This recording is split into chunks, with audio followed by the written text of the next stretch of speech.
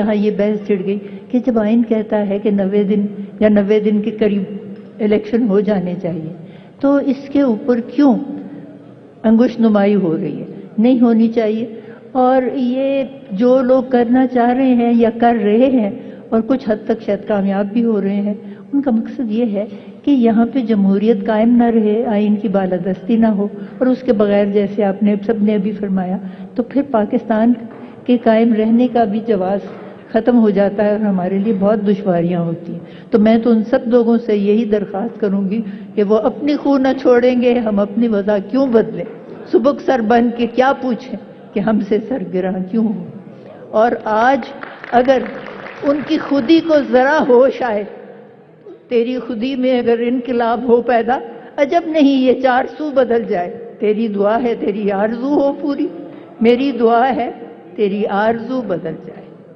جس شخصیت کو بلانے جا رہا ہوں وہ خود بھی جج رہی ہیں، ان کے آج فرزند ارجمند بھی یہاں موجود ہیں، سینیٹر ہیں وہ، اور ان کے ہسبینڈ بھی جو ہے chief justice Lahore high court اور جج سپریم کورٹ بھی رہے ہیں۔ میرے خیال میں یہ ریکارڈ ہے۔ میرا مقصد جسٹس ناصرہ اقبال صاحبہ سے۔ علامہ اقبال کی بہو بھی ہے۔ یہ تو ایک اتفاقی امر ہے اور میرے لیے بہت بڑا یہ ایک ہے اعزاز بھی ہے، لیکن اس حد تک ہی ہے۔ بسم اللہ الرحمن الرحیم۔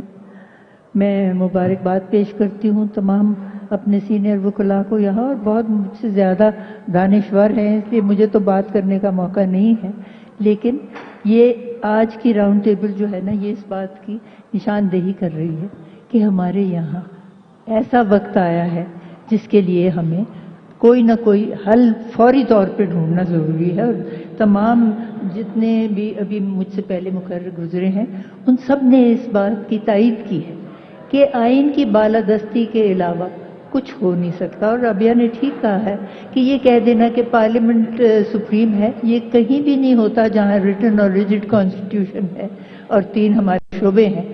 تو بالادستی تو آئین کی ہی، اور اس کا تقدس ہم نے قائم رکھنا ہے بطور وکلاء۔ اور سب سے جو اس وقت بات شروع اس وجہ سے ہوئی کہ یہاں یہ بحث چھڑ گئی کہ جب آئین کہتا ہے کہ 90 دن یا 90 دن کے قریب الیکشن ہو جانے چاہیے تو اس کے اوپر کیوں انگوش نمائی ہو رہی ہے؟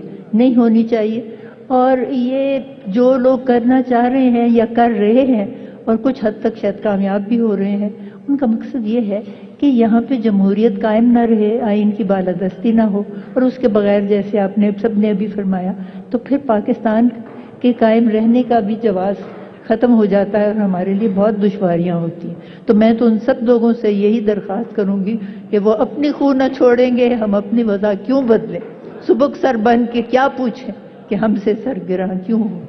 اور آج اگر ان کی خودی کو ذرا ہوش آئے، تیری خودی میں اگر انقلاب ہو پیدا، عجب نہیں یہ 400 بدل جائے، تیری دعا ہے تیری آرزو ہو پوری، میری دعا ہے تیری آرزو بدل جائے۔ تو اس وقت تو ہم نے ایک کوہ گراں کی طرح کھڑا رہنا ہے آئین اور عدلیہ کی آزادی کے پیچھے، کہ جو فیصلہ عدلیہ کرتی ہے وہ سب سے بے ضرر ترین ہے شعبہ آئین کا، تو ہمیں کم سے کم اس کی پاسداری کرنی ہم سے سب پہ لازم ہے، اور یہ ہم کو پتہ بھی ہے اور ہم نے یاد بھی رکھنا ہے۔ اور انشاءاللہ آج کی اس مکالمے میں یہ بات جو ہے یہ سامنے بھی آ جائے گی کہ ہم نے اس پہ قائم دائم رہنا ہے، اور یہ بھی ہمیشہ توقع کرنی ہے کہ جو ہمارے سے پہلے گزرے ہیں، جیسے وہ آئین کی تقدس کو ہمیشہ رکھنا چاہتے تھے قائم، جو ہم سے بعد آئیں گے وہ بھی رکھیں گے، اور جو اس کو پامال کرنے کی کوشش کریں گے ہم ان کا ساتھ بالکل نہیں دیں گے، کیونکہ یہ غداری کے مترادف ہے جو آئین کے خلاف اس طرح بات کرے۔ آپ سب کا بہت شکریہ۔